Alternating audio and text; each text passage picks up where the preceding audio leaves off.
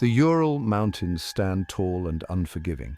In February 1959, these mountains became the setting for a mystery that continues to haunt us. 9 experienced hikers ventured into this remote region, their goal to conquer the peak of Mount Otorten. They were young, filled with a thirst for adventure, but fate, it seemed, had other plans. The hikers vanished into thin air, their disappearance leaving behind a trail of unanswered questions. The Dyatlov Pass Incident, named after the group's leader, Igor Dyatlov, has become synonymous with the unknown. Their tent was found abandoned, ripped open from the inside. Their bodies, scattered across the mountainside, bore strange injuries.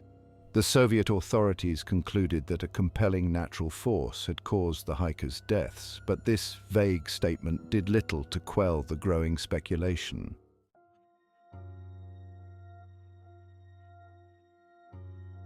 What really happened on that fateful night?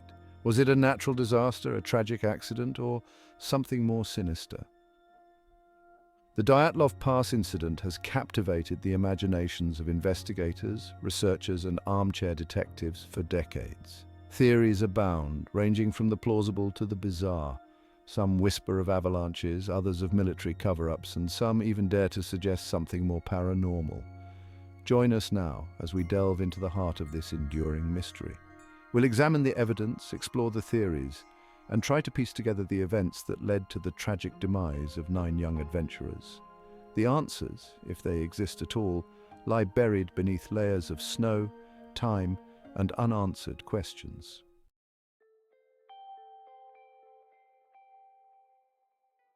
The year was 1959.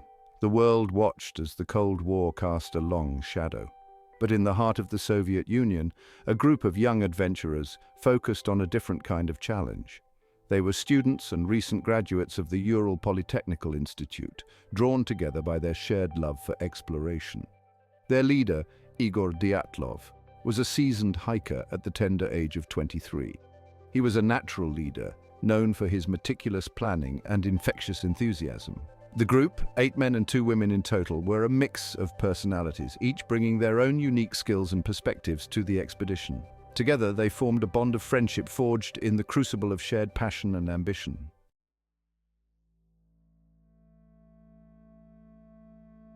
Their destination was Mount Otorten, a peak shrouded in mystery and local legend.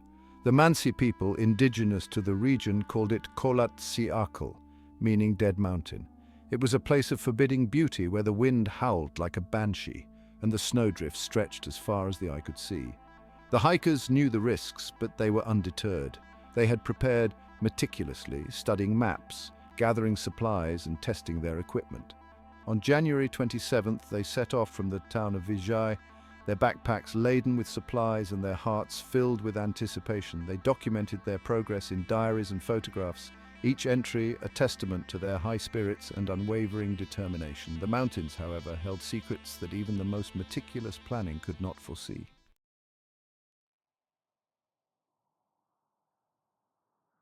Days turned into nights as the hikers ventured deeper into the wilderness. They faced blizzards that reduced visibility to mere feet, temperatures that plummeted to bone-chilling lows. The unforgiving terrain tested their endurance, but their spirits remained high. They shared stories, sang songs, and found solace in each other's company. On January 31st, they reached the edge of a plateau, the wind whipping at their faces, the summit of Mount Otorten looming in the distance. They decided to set up a base camp on the slopes of a nearby mountain, Kholat Syakhl, the Dead Mountain. Little did they know that they were stepping into a mystery, a puzzle that would baffle investigators for decades to come.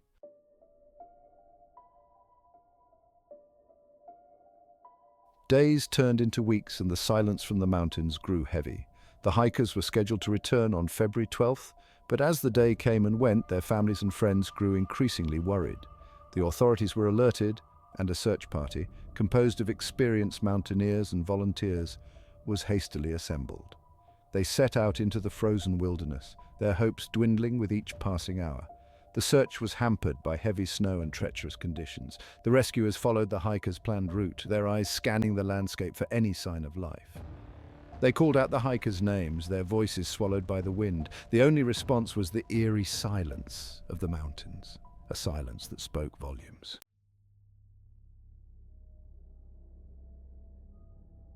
On February 26th, almost a month after the hikers had set out, the search party stumbled upon their final campsite. The discovery sent chills down their spines. The hikers' tent was partially collapsed, buried under a layer of snow. The tent had been cut open from the inside, as if in a desperate attempt to escape. The hikers' belongings, backpacks, food supplies, even their shoes were still inside, neatly arranged. It was as if they had abandoned the camp in a hurry, leaving behind everything they owned. Why would experienced hikers cut their way out of a tent rather than simply using the entrance? And why would they leave behind their vital supplies in the harsh winter conditions? The rescuers followed footprints leading away from the camp, footprints that led them deeper into the mystery.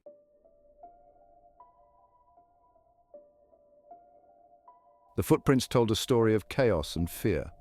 Some were barefoot, others clad only in socks, fleeing in the dead of night. The tracks led down the slope, away from the wooded area. About 500 meters from the tent, they found the first two bodies. Yuri Doroshenko and Yuri Krivonishenko lay sprawled in the snow, partially dressed. News of the hikers' deaths sent shockwaves through the Soviet Union. What had started as a daring adventure had ended in unimaginable tragedy. The authorities, faced with mounting public pressure, launched an investigation. But the answers they sought seemed to vanish like footprints in a blizzard. The investigators, seasoned professionals accustomed to the harsh realities of the wilderness, were baffled by the evidence.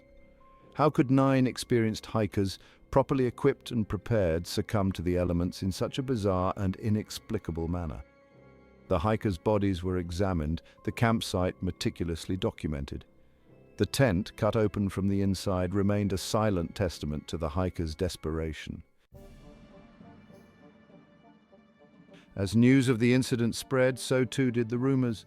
Whispers of strange lights in the sky, of unexplained sounds echoing through the mountains, found their way into the public consciousness.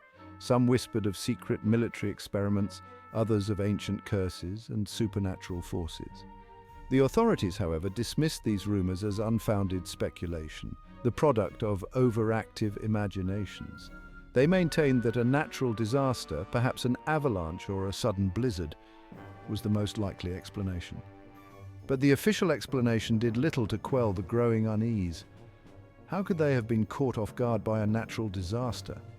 And even if they had, how could it explain the strange injuries, the missing clothing, the inexplicable behavior? Despite the lack of conclusive evidence, the authorities closed the case in May 1959. The official cause of death was listed as a compelling natural force, a vague and unsatisfying conclusion that did little to answer the lingering questions. The files were sealed, the investigation seemingly over. But the Dyatlov Pass incident refused to be forgotten. The lack of a definitive explanation, coupled with the strange circumstances surrounding the hikers' deaths, fueled a firestorm of speculation. The most persistent theory, and the one initially favored by Soviet investigators, points to an avalanche as the culprit. The hiker's tent, found partially collapsed and buried under snow, seems to support this hypothesis. Imagine the scene. The hikers nestled in their tent, the wind howling outside, when suddenly a deafening roar shatters the silence. A wall of snow and ice, tons of it, thunders down the mountainside, engulfing their camp in an instant. The hikers, trapped inside their collapsing tent, are forced to cut their way out, fleeing into the darkness in a desperate bid for survival. The avalanche, however, fails to explain the full extent of their injuries. One of the most intriguing explanations centers around the concept of infrasound. These low-frequency sound waves, often generated by natural phenomena like wind flowing over mountains, are inaudible to the human ear, yet capable of inducing a range of psychological and physiological effects. Imagine the wind funneled through the narrow valleys of the Ural Mountains, creating an invisible symphony of infrasound. The hikers, unaware of the silent assault, begin to experience a growing sense of unease. The infrasound, amplified by the unique topography of the region, triggers a cascade of physiological responses leading to disorientation, panic, and even hallucinations. Driven by an unseen force, they flee their tent, their rational thought clouded by the unseen sonic assault. Section 3, Military Secrets, Shadows of the Cold War. The Dyatlov Pass incident occurred at the height of the Cold War, a time of intense secrecy and paranoia. Could the hikers have stumbled upon a secret testing ground for experimental weapons or stumbled into a restricted military zone? The discovery of radioactive traces on some of the hikers' clothing lends credence to this theory. The secrecy surrounding Soviet military operations during this era makes it difficult to dismiss these theories outright, leaving a lingering question mark over the official explanation. Section 4, the Yeti Enigma, Myth or Reality. For those who embrace the unexplained, the legend of the Yeti, the elusive creature said to inhabit the Himalayas, offers a tantalizing, albeit far-fetched, explanation.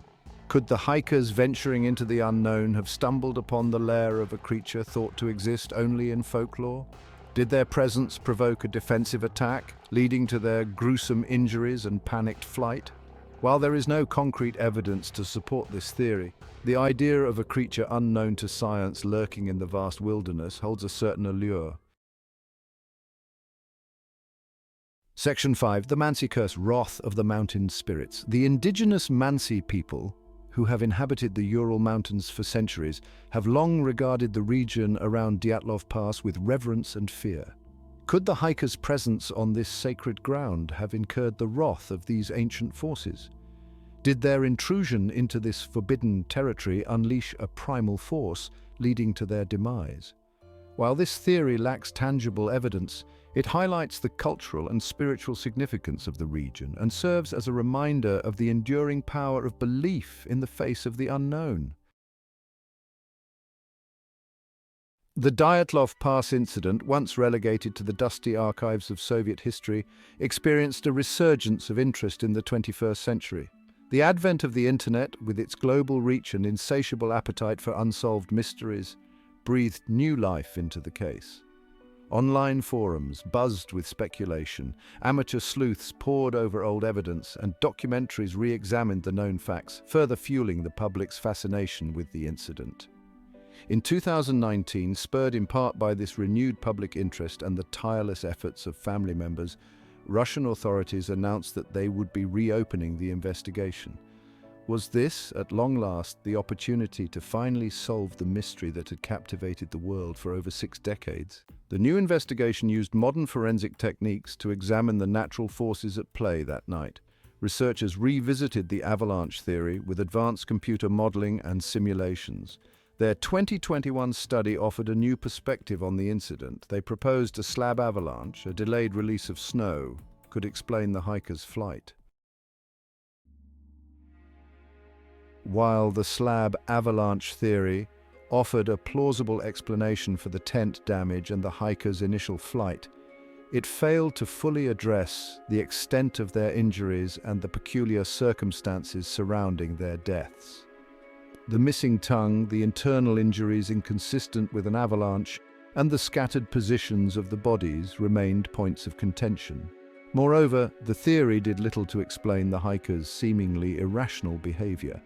The removal of clothing in freezing temperatures, the descent towards the tree line instead of seeking shelter. The investigators acknowledged these discrepancies, concluding that the Dyatlov Pass incident was likely a complex event, a perfect storm of unfortunate circumstances, both natural and human-induced, that defied a simple explanation.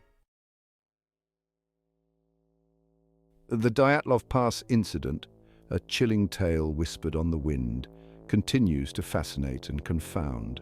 Like the snow-covered peaks that guard its secrets, the truth remains elusive. Over the decades, we have retraced the hikers' final steps and grappled with theories, yet the heart of the mystery remains intact. The Dyatlov Pass incident serves as a stark reminder of the unknown. The true legacy of the Dyatlov Pass incident lies not in finding answers, but in embracing the mystery itself. It compels us to confront our own mortality, to acknowledge the fragility of life.